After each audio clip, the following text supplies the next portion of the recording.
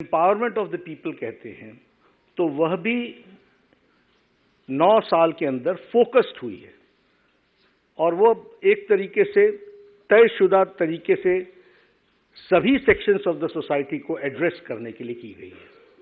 गांव, गरीब, वंचित, पीड़ित, शोषित, दलित, युवा, महिला, किसान, इन सब के प्रति स्कीम्स को फोकस किया गया है और फोकस करने के कारण इनके एम्पावरमेंट में हम लोगों को बहुत ही सफलता मिली है और इसके कारण भी एनडीए और एनडीए के घटक दलों में एक उत्साह, एक वातावरण देखने को मिलता है और तीव्र गति से आगे चलने की आकांक्षा को हम आगे बढ़ा रहे हैं। उसी तरीके से जीरो टॉलरेंस फॉर करप्शन और जीरो टॉलरेंस की दृष्टि से, जैसे मैंने कहा कि सतत गवर्नमेंट के अंदर भी टूल्स का उपयोग करना, थर्ड पार्टी सपोर्ट लेना और कोई भी किसी भी तरीके का करप्शन बर्दाश्त न होना, इस बात को भी हम आगे लेकर के चले। एक मैं आपसे ज़रूर कहना चाहूँगा कि पिछले 9 सालों में strong leadership of prime minister Modi, यह हम सब लोगों को देखने को मिली है, जिसको देश ने भी सराहा है और एक बहुत ही पॉजिटिव वातावरण बना है। एक साधारण भारतीय भी गौरवान्वित महसूस करता है जब वो देखता है, बेचारा पढ़ा लिखा भी कम है, तब भी वो जानता है कि मोदी जी ने कोविड मैनेजमेंट में दुनिया में एक मिसाल पेश की है, जहां बड़े बड़े डेवलप्ड देश अपने आप को अनडिसाइसिवनेस के कारण, अनिर्णयता की स्थिति के कारण वह सफल नहीं हुए, वहीं प्रधानमंत्री मोदी जी के नेतृत्व में कोविड मैनेजमेंट में दुनिया में मिसाल दी है।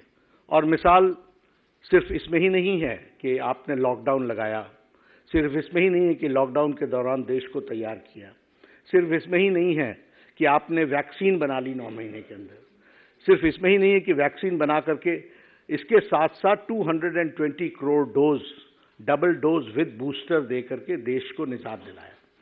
और सब जगह पर कोविड की लड़ाई इन गवर्नमेंट्स ने लड़ी। यहां मोदी जी ने कोविड की लड़ाई समाज के साथ और देश के साथ लड़ी और देश ने लड़ा उसको, उसका नेतृत्व मोदी जी ने किया, लेकिन उन्होंने देश को साथ अपने लेकर के चले। तो यह पीपल्स पार्टिसिपेशन, इसका भी एक इसमें हम लोगों को मिसाल देखने को मिलती है।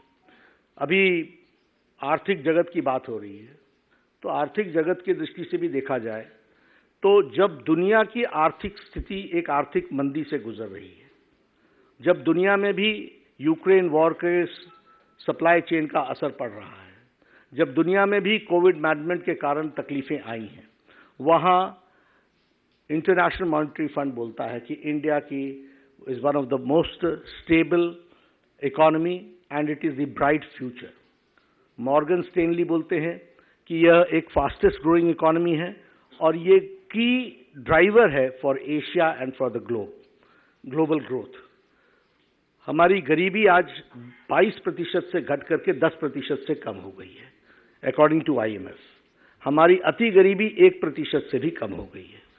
तो इसलिए एक एनडीए के प्रति लोगों का रुझान एक आइडियल अलायंस है। ये अलायंस सत्ता के लिए नहीं है, ये अलायंस सेवा के लिए है, ये अलायंस भारत को मजबूत करने के लिए है और भारत को मजबूती देने के लिए है।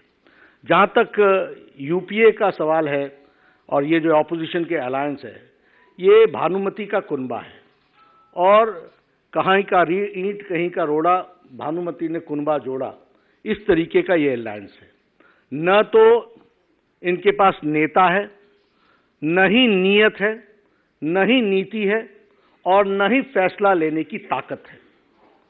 यह फोटो अपॉर्चुनिटी के लिए अच्छा है, लेकिन सच्चाई यह है कि न तो इनके पास कोई फैसला लेने की ताकत है और न ही वो नीयत है, न ही नेता है।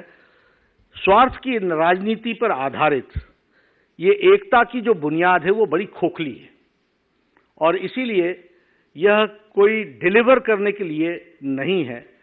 यह 10 साल के यूपीए के सरकार के भ्रष्टाचार और घोटालों का टोला है।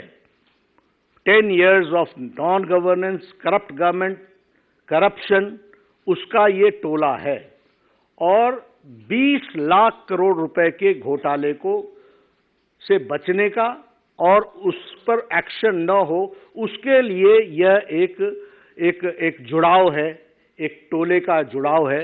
इसको हमको स्पष्ट रूप में समझ लेना चाहिए, ये हमको ध्यान में रखना चाहिए।